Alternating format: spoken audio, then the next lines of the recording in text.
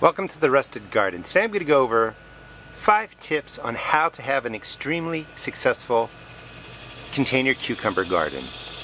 We're going to start at the bottom, and container mix is really the key. You want at least 50% peat moss mixed in there, or coco coir, or a combination of both. The setup of the soil I have in other videos, but it's at least 50% peat moss, coco coir, because you want your containers to hold moisture. And then I mix into there worm castings, organic fertilizer, and just get it set up. But today I'm going to show you how I use Epsom salt, the water-soluble fertilizer I use, and we'll talk about tips for cleaning the undersides for spider mites, using peppermint spray, and ways to really keep up production. Let me show you just how well these guys are doing. This is National Pickling. It's 2 plants in about a 10-gallon container, 4 cucumbers, 5, 6, 1 to be picked right up there, 7, 8, 9, 10 back there, and as we work our way up there are more smaller ones. So the setup that I use really works, and I'm going to cover all the pieces to it.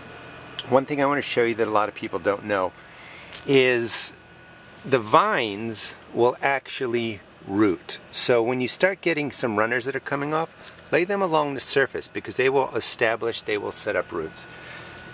Let me show you an example over here, and you can see right down there how the roots are forming from other parts of the vine, and that just puts in more roots into the ground and gives your plant a little bit of strength.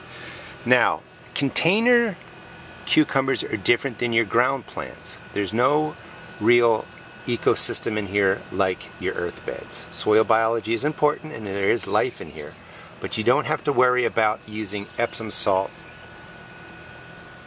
chemical fertilizers, things that you might be concerned might damage your soil life because you're growing in containers, and I'll go over all that in a second. But let me just show you all the roots. That is the complete root system in there. It fills, the cucumbers fill every almost ounce of space in there with roots. So they really suck down the water, they really suck down the chemical fertilizers, they really suck down the organic fertilizers, the Epsom salt, they use it. So containers are different, and you have to keep a supply of all the fertilizers in there.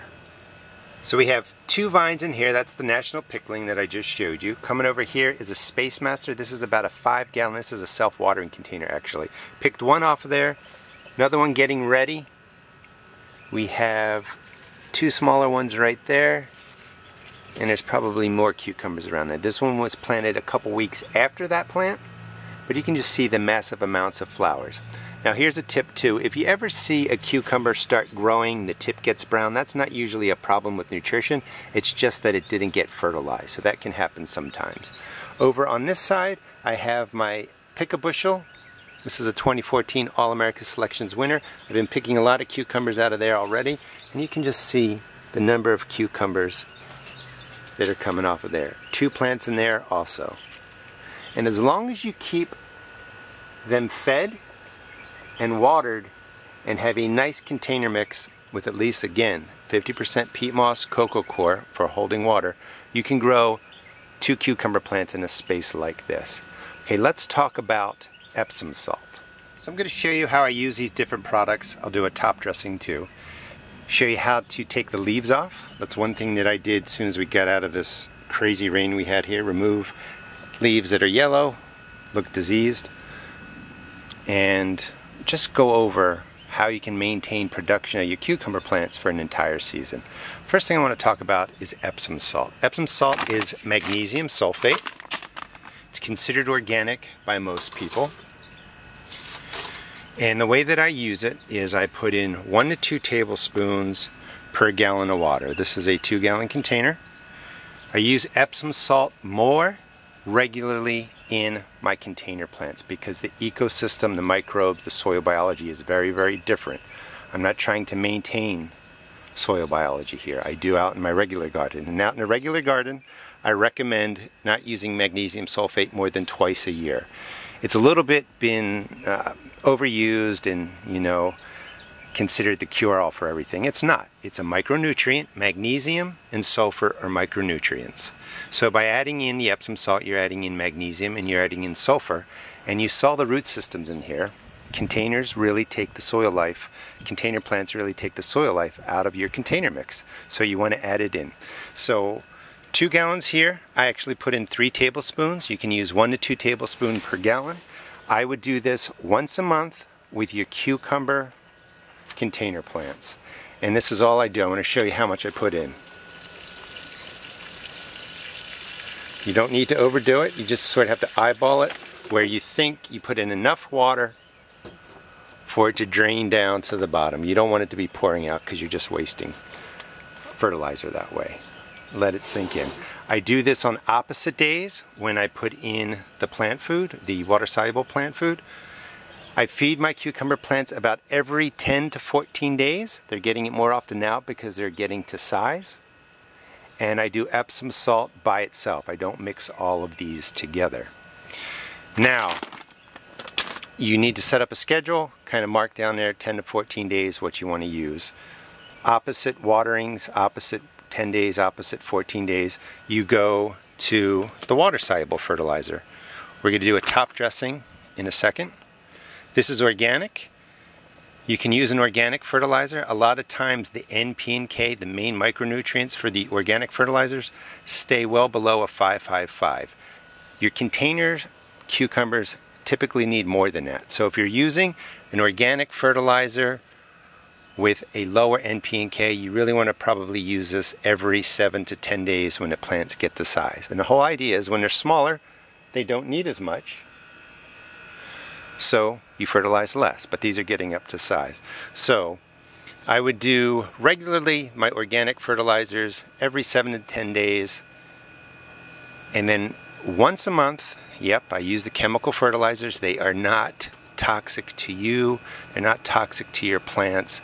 They are just made by human beings like you and me. They're processed. Everything is a chemical. Your organics are a chemical. Your processed fertilizers. This has a higher N, P, and K. This is 15, 30, 15. Your cucumber plants will love it. I use it once a week. I'm sorry, not that often. I use it once a month, and I will just replace a watering at some point with this, with the organic fertilizer. You don't need to overdo it. Now, that's kind of high, so I cut it in half, trying to be around a 7, 15, 7. So this is 1 tablespoon per gallon of water. I put in a half a tablespoon. And this mix of Epsom salt, organic fertilizers, and once a month, the chemical fertilizers, the processed fertilizers, really keep your cucumber plants in containers producing. That's what you want. That's the whole goal. Now, I also do a top dressing, and again, remember, this is, the cucumber plants are packing the container mix, the soil, with nothing but roots. So you really need to keep them fed. For top dressing, see if I can do this left-handed, I use an organic fertilizer. Try and stay around a 555. This is a 346, 3 nitrogen, 4 N, P, 4 phosphorus, and 6 potassium. And we're going to pause a second. I can't open this. All right, got it open. So this is the same fertilizer I use to set up the soil. That's about a tablespoon, and I'll put maybe 6 to 8 tablespoons in there, setting up the starting mix. About once a month, you want to top dress your containers with a granular organic fertilizer. And that's just a matter of sprinkling in about a tablespoon or 2 around the top of the plant. Let's put that one in there. And then after you do this, you would just water it in and get everything going. The organic fertilizers that come in the granular form are slow release. They need to break down over time. The water-soluble fertilizers are fast-acting. The plants can actually absorb that right away. So you're dropping this in about once a month, every 4 to 6 weeks, however you want to do it. 1-2 tablespoons right across the top. Nothing fancy. That will keep your plants fed and healthy and growing. Okay, let's get to managing the spider mites with jets of water. So a couple things on watering, and then we'll get to spraying to control insects. After you put down your top dressing, and in the heat of the summer, when you have, your full heat, you're going to want to water these probably every day, if not every other day. Never let your container plants completely dry out. That will do huge damage to the plant system, and it's going to really diminish your production.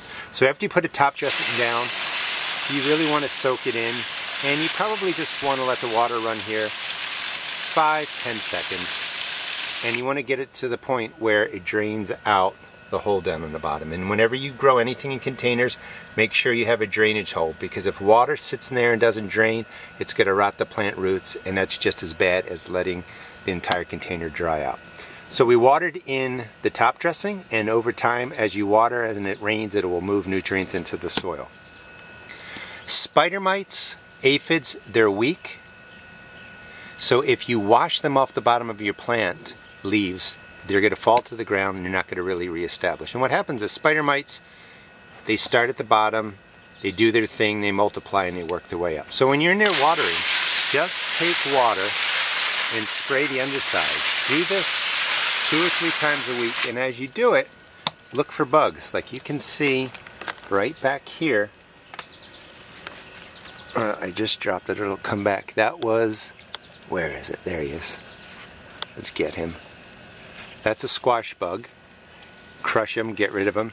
And I can also look around for the squash bug's eggs. So they're going to be on zucchinis and cucumbers. But when you spray underneath, you're going to find your cucumber beetles, squash bugs. Here are the eggs. This is the other thing you want to be doing, is inspect. Right there. Right above, next to my thumb.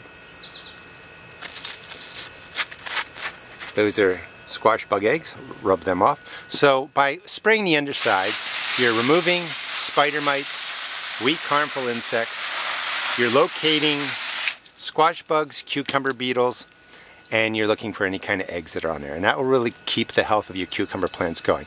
I'm also going to show you how to put dust on here. You can use chemical dust, you can use organic dust, but any kind of dust you use can harm the beneficial insects. So you don't want to dust where the flowers are. I'll show you how you put it on the outer leaves, and it really, really works. Alright, let's get to cutting the leaves, and I'll show you the right way to do that. Cucumber plants can regrow leaves, and they're going to constantly put out side shoots and vines and everything like that. So as you're spraying underneath, of course before you get started, harvest everything, just get them out of the way. And right there again, those are the squash bug eggs from the bug that I squashed. And you want to look around for those regularly. Every time you come out in the garden, turn the leaves over and get rid of those. To remove a leaf, it's pretty straightforward. Find a leaf that looks beat up. You can take some leaves from the bottom if you want air circulation going. It also makes it easier to get in there and spray and look for insects. But just take it back to the main vine and cut it off. You want to go look through the leaves. Any leaf that looks mostly green is good to go. Take a look at this one. You can see tears, spotting in there, so just follow it back and then snip it out. Now of course it's easier, the tendrils latched on. It's easier with 2 hands. Same thing, look around. This one's kind of got spotting on there, kind of beat up.